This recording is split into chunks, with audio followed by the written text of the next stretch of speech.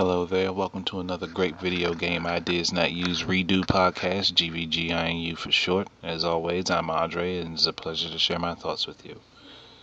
So yeah, I decided I was going to go back into my articles and finally do another redo podcast. I mean, it's been a while, and I've been wanting to do it, and yeah, so I'm doing it. Subject matter for today is the Resident Evil series. Yeah, I'm not going to do the full article, but I'm really going to talk about like how remakes of Resident Evil 2 and Resident Evil 3 should be made. And most of this information, most of what I'm saying, you're going to be able to find in my articles anyway. Well, in the article anyway, it will be in the description below. So, let's basically just get into it.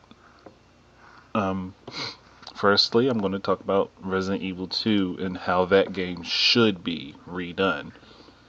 Because there were so many varying versions of the game, and the way that it was made was slightly different for each platform that it made its way to. So, yeah. I think a Resident Evil game that actually incorporates a Resident Evil 2 game that actually incorporates all of the features of every Resident Evil 2 game that was made should be done. And it is very much a possibility. Whether or not that happens is completely up to Capcom, but I'm going to give my perspective on what it should be like. Firstly, the X-Files from the Nintendo 64 port of the game that connected the story to Resident Evil 0 should be put in this game. I don't see why the Nintendo 64 version of the game got that, but the GameCube version of the game didn't, and then they just directly ported it from the PS1 DualShock version, which made very little sense to me. If I was going to port it, I would have ported the N64 version and just added in the sound effects from the PS1 version along with that missing cutscene. Yeah, also the Extreme Battle Mode. That was a part of the DualShock version. Yes, that should be there. The gallery from the original PC port of the game should be in there. Probably with some added stuff, because I'm pretty sure they have additional things that they could throw on in that game. And I already said they should do all of the cutscenes, so there's no point in me bringing that back up again. Definitely both sides of the game should be on one medium rather than split into two. Unless they're gonna like fully re-render and do everything, but I doubt that. I mean, it would probably work, but it would take a lot more time to do it that way. And then you gotta think about how the Sega Dreamcast version with the VMU was able to display your health on the screen itself. Now, easily the Wii U could replicate this because it has the screen in the middle of the controller, and it also could be used for your inventory if you choose to not pause the game and utilize your inventory. But it wouldn't be a bad idea. And the quick turn and dodge system that were available to Resident Evil 3 should be implemented in this revision of the game, as well as the ability to just walk up and down the stairs on your own instead of having to push the action button in order to do so. It would just make it feel more comfortable to play, at least in my opinion, because I liked how Resident Evil 3 felt. So it would definitely make Resident Evil 2 just that much more enjoyable for me if I could go back through it that way, and yeah, it would be cool. So, I mean, other than that, they would really have to do like, better background renders and obviously newer 3D models of the characters. And hopefully they would redo some of the voice work, because going back to play that game, when it first came out, you didn't necessarily realize how bad the voice acting was. So they could go back and redo the voice acting. But please, for this, they would have to keep Leon in this version of the game with a young voice. If he has the deepened voice that he gained in Resident Evil 4, it would kind of like, work against him. I mean, he was really fresh. He was green in Resident Evil 2.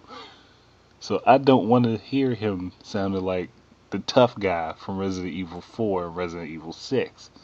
It would just, no, I can't do that. It doesn't work. But I think that's really all I can say for Resident Evil 2, because I mean, it was pretty much it was a complete game. It's just that no one iteration of the game had everything in it. And I know there are plenty of fans of Capcom and Resident Evil that would love a Resident Evil 2 remake. I'm damn sure I'm one of them. So, gonna move on. Okay, Resident Evil 3. Now, this game, it's pretty much complete itself.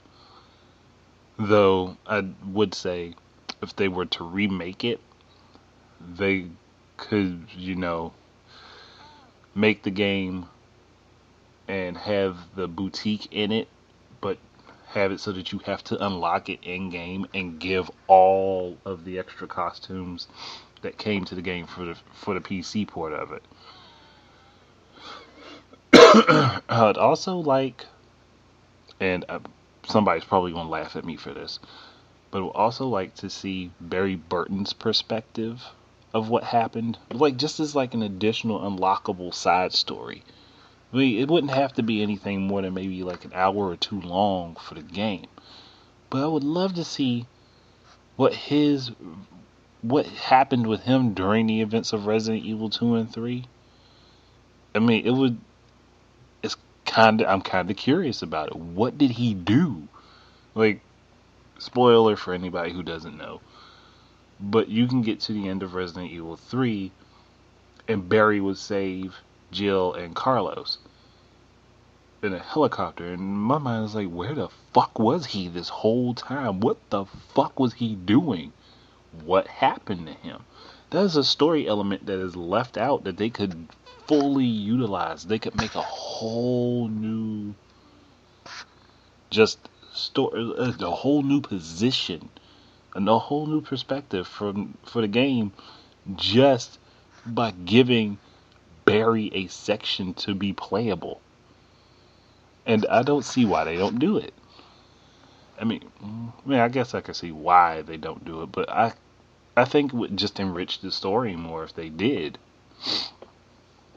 I mean, think of having, how Mercenaries was not unlockable mode in the original PS1 game, though it was available to be played right off in the Dreamcast version as well as, I think, the PC one. But still, it would be awesome for them to do that. I know I would enjoy it. So, I mean, there's no way that they couldn't do it. Heck, it would even be nice to be able to, see what Carlos did throughout the series, throughout that time. I mean, just because you don't really see much of his story, though you do play with him slightly in Jill's portion of the game. But, I mean, that's pretty much how I feel about that. I mean, it's not something that's needed, but it would be nice. It's not a necessity. Barry Burton storyline, I kind of think is necessary, so you can kind of understand what he went through.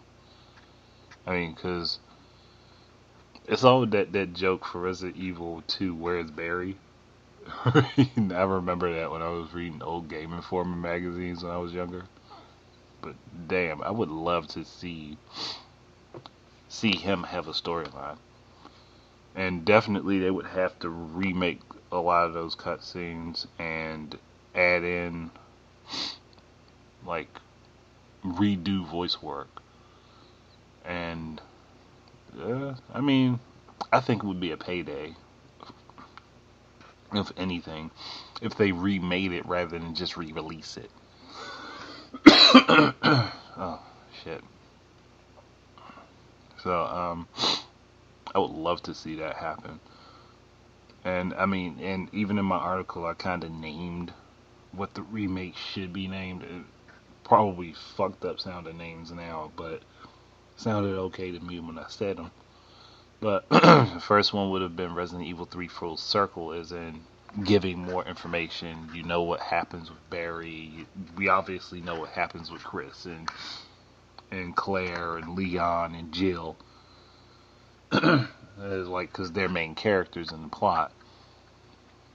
And the other name I thought of was Resident Evil 3 Final Escape, more or less being a reference to the game's name in Japan, which was Biohazard 3 Last Escape instead of Resident Evil 3 Nemesis. And I also would like to see Resident Evil Code Veronica and Resident Evil 0 both remade, more or less to just like, meet current standards. Not really to change much. I mean, other than probably, like doing better voice work so that it feels better to the game, but not really much more. Because I can't really think of too many things that need to be changed with either of those. I mean, with Code Veronica, they could always add in, like, Steve Burnside's story, like, give him more of a background. But they could easily just add some files to the game and just put them in random locations, and that would be better off. So, yeah. Because I don't really see the point in giving him too much more gameplay. Like, he was really just a supporting character, so... I mean, he's interesting in a sense, but he's not really, the best thing to come out of that game. One thing I would love to see is the Resident Evil Outbreak series continued, but not in the same location, just like not in Raccoon City like the first two were. And what would be awesome would be for them to take the first two games and combine them into one solid game and actually interlace like the happenings between the two, so that it was just one continuous flowing game. Like, because honestly, Outbreak wasn't bad. It wasn't the best thing ever, but it wasn't bad. Man, shit. Sorry. And with current and next gen consoles, they could remake the game and actually make it playable up to 8 people on the same mission. They probably wouldn't have to, because just the way the storyline has been written, at least from what I've read, the characters do break off and split up and go on their own separate paths. But it would be nice. I mean, it would be actually a really nice thing to find. Like, there's no reason that they couldn't remake that and then just, like, make their own series for Outbreak. Like, how people in different locations reacted to the Outbreak and different bystanders. How they dealt with it and what happened to them. I mean, that opens up a world of possibilities for Resident Evil, which Capcom has yet to explore. And then, I mean, I can't say they haven't thought about it, but I don't know if they did. Because, truth be told, I mean, they have a lot of potential with their games that gets overlooked on a daily basis. So, I mean, hey. And, oh, yeah, I kind of named what it should be called. So, just for like, that way if they were to make a series off of that, which they could, and it would probably be fucking amazing if they did. Resident Evil Outbreak Raccoon City Files, rather than Outbreak and then Outbreak File 2. Outbreak Raccoon City Files. I'm pretty sure people were probably wondering where the fuck I just throw these names out, like, but it sounds good. It does sound good. So, I guess that's pretty much it. I mean, I could talk about, you know what? Yes, I'm going to talk about that. Now, I know not everyone is going to agree with me, but I kind of did like Resident Evil staying the course how it was up till Resident Evil Code Veronica, where you could run around and have to kind of like search things and have like puzzles and shit set up. Don't get me wrong. I have enjoyed Resident Evil 4 and Resident Evil 5, and Resident Evil 6 I kind of thought was okay. It's not like the best game fucking ever. But I would have liked if they would have went back to that style of play. I mean, you know, shit. How can I forget the game? The name of the game that's like the most recent one and shit. Okay. I'm sitting here overthinking myself. But everyone will know what game I'm talking about. The most recent Resident Evil game that was released, the one that started out on the 3DS, and I'm blanking out for some reason. I don't know why the hell I'm blanking out, but it's like right there on the tip of my tongue. You know what? Fuck it. I'm just gonna have to give in and fucking Google it because I am horrible. Man.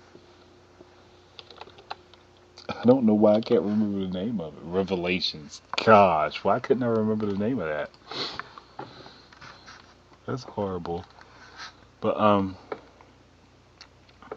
I would like for them to go back to the style of gameplay where the camera shifted and changed perspectives on you. Only because like those Resident Evil games actually caught me more by surprise than the ones where you could see everything coming at you from the camera being faced forward at all times. Granted, those games do have a few surprising moments, but I was generally able to predict how events were going to play out while I was playing, and it really didn't like throw me off. Whereas with the other ones, shit could happen suddenly and you wouldn't see anything, and it would make you tense up and not want to continue forward because you'd be thinking about like, what the fuck is over there if I walk that way. Whereas with the other ones, like, shit happens in front of you, you can see what's coming at you, so like, basically shoot it and keep going. But it's like what I'm thinking is more or less go back to that style of play, but include like a look button that will give you like a first person perspective for searching and also for like peering down like long ass fucking corridors and hallways in the game, so that way you can see if something's coming at you. For those who are more or less, I should say, like, they would like to keep that sort of like over the shoulder type of style, like where you can see everything in front of you. Though that's not my preferred form of play, but it's just my own personal preference. I can't really say anything about the way the games are. But I liked having limited supplies and having to choose when I'm going to fight enemies and think about the decisions that I make in order to succeed later on. I mean, I've seen that a lot of people kind of, call that a cheap way of making the game more difficult, but that's survival. If if you're in that situation in real life, you're not going to want to go waste all of your bullets because you don't know when you'll find any more. You don't know when you'll find any like food or rations. You don't know when you'll find any medical supplies. You don't know what's going to be around the corner that's going to attack you. That's why I enjoyed those games as opposed to the latter half of the main series. And I guess it's just the nostalgia of it for me too. But that's not the only reason I would like it to be that way. And I know that there are plenty of people who do like it that way, with there's just as many that don't. So I guess that would be totally up to Capcom, but I'm pretty sure they're going to stay the course with the over-the-shoulder look rather than, going back to changing cameras and different perspectives and allowing you these massive places to search and investigate and dig and find information and clues and try to gather supplies. I mean, I liked Resident Evil. I still like Resident Evil, don't get me wrong. And damn Capcom, I wish I could punch one of you fuckers in the face. Why the fuck is there not a pause button in Resident Evil 6? Like, there's literally no pause button. And sitting down and having him look at the phone is not a fucking pause button. Pausing allows you to stop the game so that you can go, like, use the bathroom, grab a fucking snack, something. Can't say how many times I've been playing that game and got frustrated because I can't actually pause it. And the kneeling down only works against enemies that can't hit you when you're low. If it's someone that can attack you while you're down, like a normal zombie, you're fucked. But, tangent, I don't need to go on. Anyway, thank you very much for listening in. I hope that you, found some of the thoughts that I kind of expressed to be a bit interesting, maybe enjoyable. So, I would really like to say thank you. And keep your eyes and ears out for more of my stuff. And until the next time, enjoy your games.